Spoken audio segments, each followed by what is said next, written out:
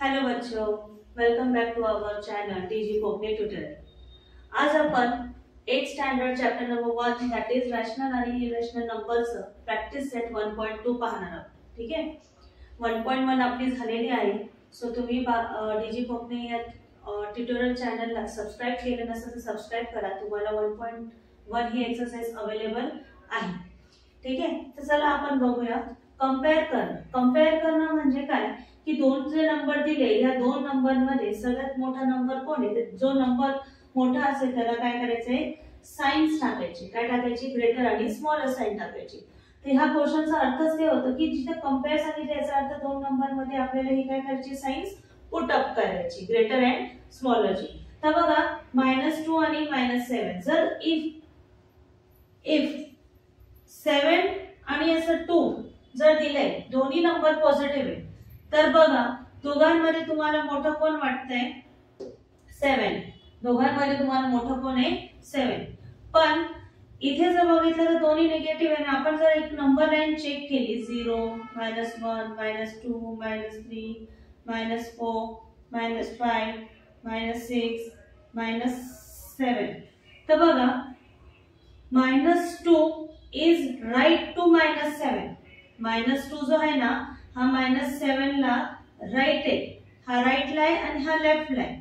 So -2 हा अगोदर येतो -7 च्या, त्यामुळे जर आपण बघितलं ना number line -2 is right to -7, त्यामुळे तुम्ही जर ग्रेटर लाईन लिहिणार असेल तर इथे लिहा देयरफॉर -2, किंवा आपण असं म्हणू शकतो on the number line -2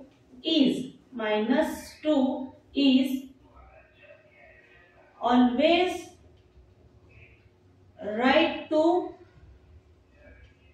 -7, so therefore -7 is less than -2। याचा अर्थ काय होतो की -2 हा -7 पेक्षा काय मोठा आहे। जस्ट आता आपण नंबर लाईन चेक केली, तसंच बघा 0 आणि -9/5 मध्ये जर नंबर लाईन केली, बघा 0 आणि हा -1 -2 कितीचा बायपार्ट्स करायचे, 5। बघा 1 2 3 4 5। बघा जर इथून जर काउंट केलं 1 2 3 4 5, तर -1/5 -2/5 -3 -4 -5 -6 -7 -8 -9/5 इकडे येतो। आणि बघितलं तर 0 जो आहे तो तुमच्या राइटला आहे, 0 जो आहे तुमच्या राइटला आहे। सो इथे सुद्धा नंबर लाईन आपण यूज केली, by using a number line, की आपण नंबर लाईन जर परफेक्शन केलं तर इथे बोला by using number line 0 is always right to -9/5, so therefore -9/5 is less than 0। याचा अर्थ की जो तुमचा 0 आहे हा काय आहे, 0 is greater than -9/5। चला तर आता आपण पुढे बघूया 8/7 आहे आणि 0। आता बघा 8/7 आणि 0 या दोघांमध्ये पण कंपॅरिझन करा। दोघं पण साइन्स काय पॉझिटिव्ह आहे, दोघं पण साइन्स काय पॉझिटिव्ह आहे। तर बघा 8/7 आणि 0 जर आपण नंबर लाईन वर चेक केलं, ठीक आहे 1 2 इकडे -1 -2 पार्ट्स किती 7। बघा 1 2 3 4 5 6 7 1 2 3 4 5 6 7। मग आता 0 आहे, हा एक आहे आणि त्याचबरोबर 8/7 आहे, त्याचसोबत काय 8/7 आहे। तर बघा 1/7 2/7 3/7 4/7 6/7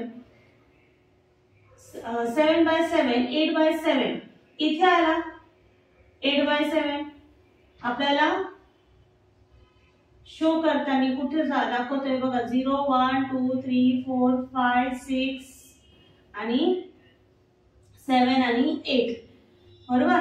हा मी 1 केला म्हणजे इथे काय आलं 8/7. इथे काय आलं 8/7 बघा 1/7 2/7 3/7 4/7 6/7 7/7 आणि 8/7. तर असं करताना तुम्हाला नंबर लाईन बघा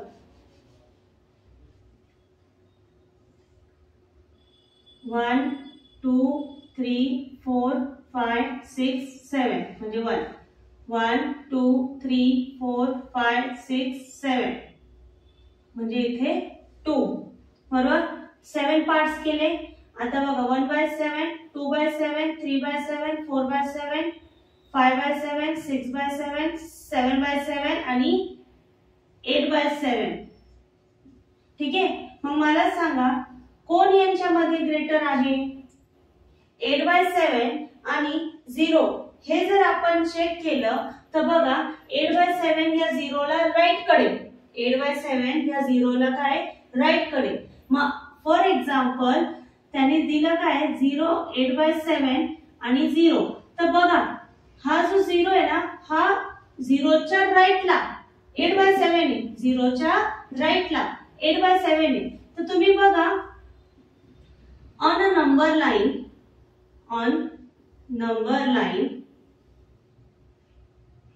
8/7 is right side of 0.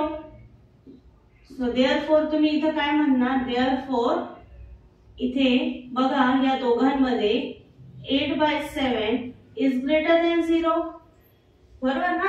8/7 is greater than 0. ठीक आहे. बघा आता इथे निगेटिव्ह साइन आहे एक पॉझिटिव्ह साइन आहे. बघा आता पुन्हा एक नंबर लाईन काढूया आपण 0 1 2 -1 -2. आता हा 4 आहे म्हणजे यांचे बेस जे आहे डिनॉमिनेटर आहे ते सेम आहे. डिनॉमिनेटर सेम असल्यामुळे काय झालं की -5/4 आणि 1 आहे. तर हा निगेटिव्ह इकडे येतो आणि पॉझिटिव्ह तिकडे जातो. तर आता बघा 4 पार्ट्स आहे म्हणजे 1 2 3 4 1 2 3 4 1 2 3 4. ओके. सो -5/4 येतं आता बघा आणि 1/4. तर हा झाला तुमचा 1/4 1/4 2/4 3/4 4/4 आणि हा झाला तुमचा 5/4 पण कसा मायनस.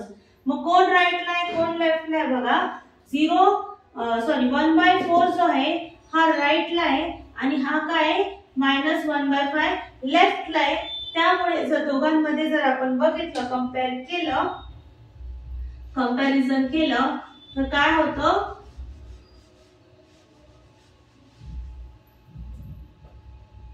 बघा denominator is same but 1/4 is right side of -5/4. So therefore -5/4 is less than 1/4. म्हणजे इथे मोठं कोण आले 1/4. इथे मोठे कोण आहे 1/4. ओके. बघा हायलाइट वाले बॉक्स मध्ये जे आहे ते काय तुम्हाला आन्सर आहे. ओके. नेक्स्ट बघा 40/29 आणि 141/29 दोघांचं डिनॉमिनेटर सेम आहे. तर आपण असं म्हणू शकतो denominator is same so 141 is greater than 40. So therefore 40/29 and 141/29. Denominator same असल्यामुळे आपण यांना डायरेक्टली टाकू शकतोय की 40/29 इज ग्रेटर दॅन 141. थोड्यापेक्षा ग्रेटर आहे 141. बघा इथे पण एलसीएम आहे, सॉरी डिनॉमिनेटर सेम आहे, पण दोघांना वरती निगेटिव्ह साइन आहे. आणि निगेटिव्ह साइन आता जर पॉझिटिव्ह असतं हे दोघं पण, सपोज इथे 17/20 आणि 13/20, तर तुम्हाला माहिती आहे 17/13 हा काय ऑलवेज ग्रेटर आहे 13/20. बट हा निगेटिव्ह आहे, निगेटिव्ह असल्यामुळे आपण काय करतो, निगेटिव्ह असल्यामुळे आपण directly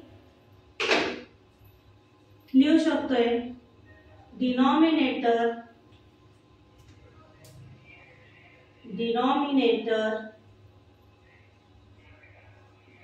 is same -30 is greater than -70. Therefore 17/20 is less than -13/20. म्हणजे ह्या ठिकाणी तुम्हाला ग्रेटर कोण दिसतंय 13/-13/20. ठीक आहे. अशा प्रकारे आपण काय करतोय, काय कंपेअर करतोय आपण ग्रेटर आणि स्मॉलर. काय कंपेअर करतोय ग्रेटर आणि स्मॉलर.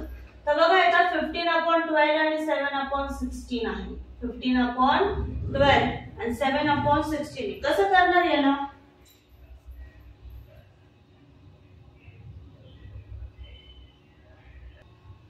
सो बघा आता 15/12 आणि 7/16 चा फर्स्ट ऑफ ऑल तुम्ही काय करा, यांचे दोघं पण डिनॉमिनेटर सेम नसल्यामुळे आपण याचा एलसीएम काढूया. कोणाचा एलसीएम काढूया आपण 12 चा. काय घेऊया एलसीएम, राइट, आणि 16 चा. 12 1 जा 12, 12 2 जा 24, 12 3 जा 36, 12 4 जा 48 and 12 5 जा ओके 16. आता बघा आपण 16 चा टेबल करू, जेणेकरून आपल्याला एलसीएम काढायचं. तर एलसीएम साठी आपण तयार आहे. बघा 16 1 जा 16,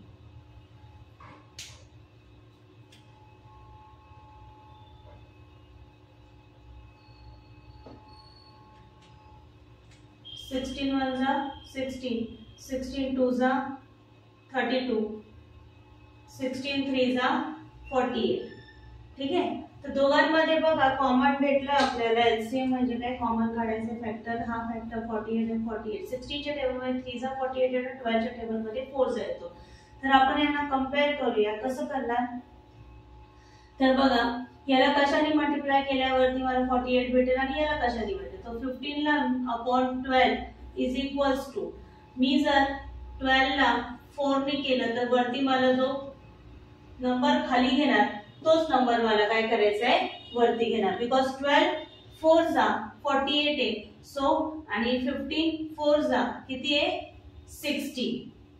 बघा 12 4 जा किती आहे 48. का बरं, मला दोघांचा एलसीएम सेम करायचंय. 12 4 जा लागतो आणि 16 3 जा लागतोय. सो मी जर खाली 12 4 जा घेतलं तर वरती पण मला 4च घ्यावा लागेल. जो नंबर इथे राहील तोच नंबर मला इथे शो करायचा आहे. ठीक आहे. सो 12 4 जा 15 4 जा 60 and 12 4 जा 48. सिमिलरली दुसरी जी टर्म आहे कोणती आहे ती दुसरी टर्म बघा 16. 16 ला मला करायचं आहे 7/16 आहे. 7/16 म्हणजे काय, 16 च्या टेबल मध्ये 3 जा येतो 48 आणि मग तोच नंबर आपण वरती करायचा आहे. मग बघा जो खाली घेतला तोच घ्यायचा आहे. 7 3 जा 21 आणि 16 3 जा 48. कंपॅरिझन जर केलं आपण, कंपॅरिझन मध्ये बघा तुम्हाला काय दिसतंय की ह्या दोघांमध्ये मोठी टर्म, दोघं पण पॉझिटिव्ह आहे, डिनॉमिनेटर सेम आहे. सो दोघांमध्ये जी मोठी टर्म आहे, दोघांमध्ये काय जी मोठी टर्म आहे कोण आहे 7/16 आणि 15/12 मध्ये 60/48 आणि 21/48. दोघांमध्ये ही टर्म काय मोठी आहे. सो आपण लिहिताना इझिली लिहू शकतोय. असं बघा लिहिताना इझिली लिहू शकतोय. देअरफॉर काय म्हणणार तुम्ही की 60/48 48 60 upon 48 बघा is greater than 21 upon 48 बरोबर. पण 60 upon 48 ही कोणाची टर्म आहे 15 ची. याचा अर्थ 15 upon 12 is greater than 7 upon 60. 15 upon 12 is greater than 7 upon 60. ठीक आहे.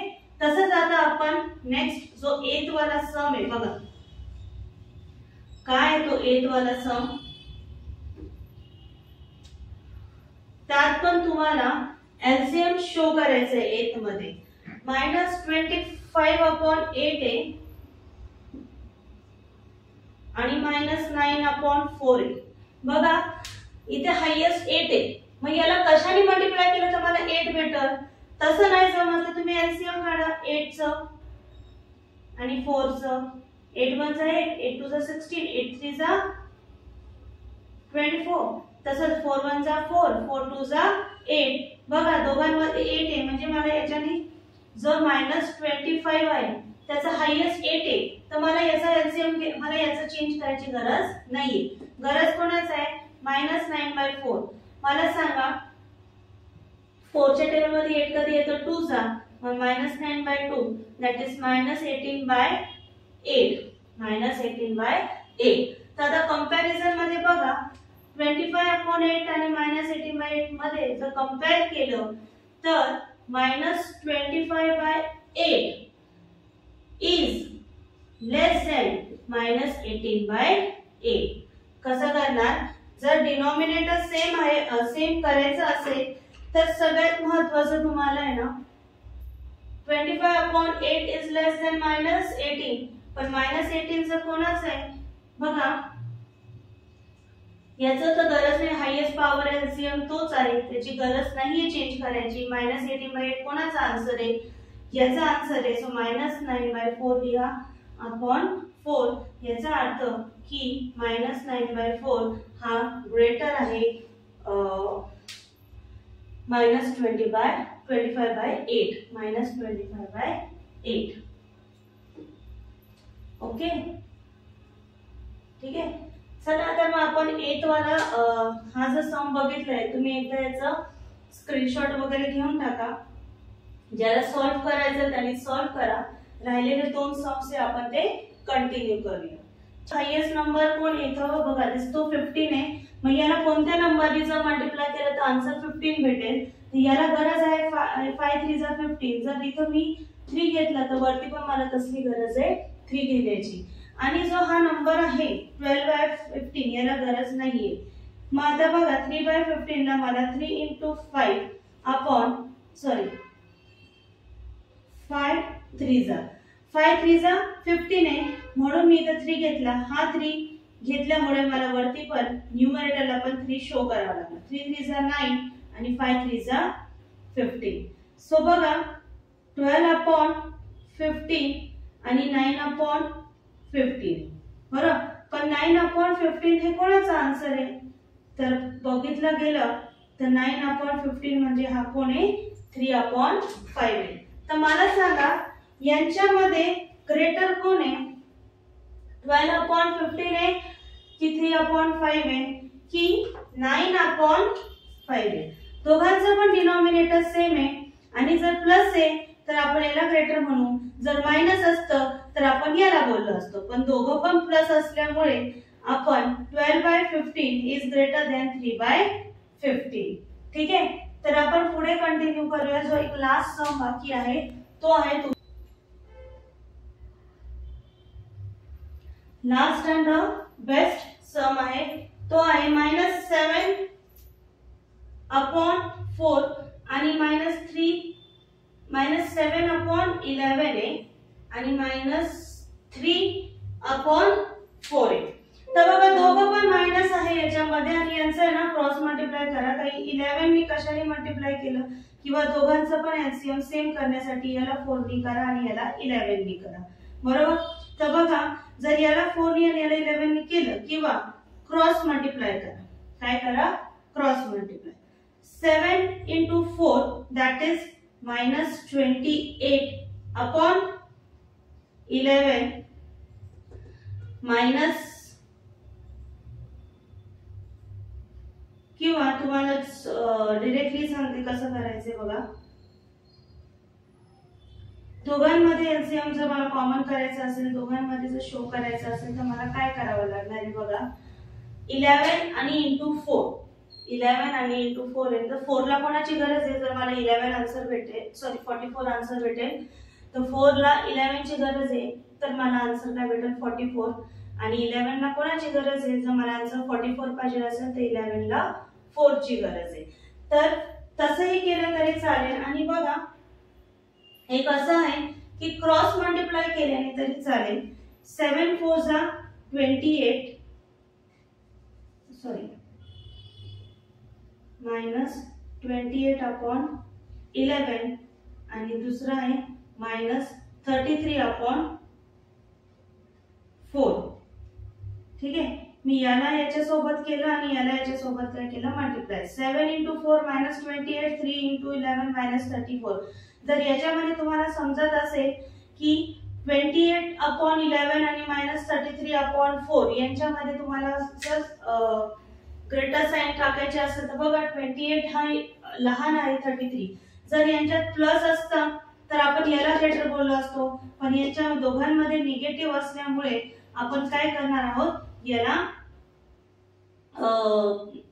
ग्रेटर साइन देणार. त्याचबरोबर जर मी यांच्या दोघांचा पण एलसीएम जर सेम केलं, एलसीएम जर सेम करायचं असेल तर बघा मायनस हा पण एक पद्धत आहे. मी तर डायरेक्ट लिहू शकते minus 28 upon 11 is greater than minus 33 upon 4. आणि अजून एक अशी पद्धत आहे बघा. जर मी 7 इंटू 4 अपॉन 11 केलं आणि दुसरा जो टर्म आहे मायनस 3 इंटू 11 अपॉन 4 केलं, बरोबर. जर माझा 28 अपॉन 11 येतोय आणि हा येतो मायनस 33 अपॉन 4 आहे, पण या दोघांना पण मी क्रॉस मल्टिप्लाय केलं तर बघा 28 अपॉन 11 4 जा 48 आहे आणि मायनस 33 अपॉन 11 4 जा 48 आहे. जर असं पण ऑर वे, ऑर वे जर असं पण चेक करण्यात आलं, डिनॉमिनेटर जर सेम आलं तरी पण आपण बोलू 28 upon 44 is greater than minus 33 upon 44. दोन्ही अँगलनी बघा मायनस 11 अपॉनस मायनस 28 अपॉन 11 किंवा मायनस 28 अपॉन 44 हे दोन्ही अँगलने आन्सर राईट आहे. आणि हे या ठिकाणी जी प्रॅक्टिस सेट 1.2 होती त्यातले 10 सम्स होते ते आपण इथे सॉल्व्ह केलेले आहे. मी पूर्ण दाखवले आहे तुम्हाला. जर तुम्हाला असंच पुढे कंटिन्यू करायचं असेल किंवा कंटिन्यू बघायचं असेल तर प्लीज सबस्क्राईब करा डीजी कोकणी ट्युटोरियल या चॅनल्स वरती. आणि नवीन नवीन असेच व्हिडिओज अपलोड 6 पासून तर 10th पर्यंत सगळे व्हिडिओज तुम्हाला इथे अवेलेबल भेटतील. ठीक आहे. शेअर करा, बेल आयकॉन करा. थँक्यू.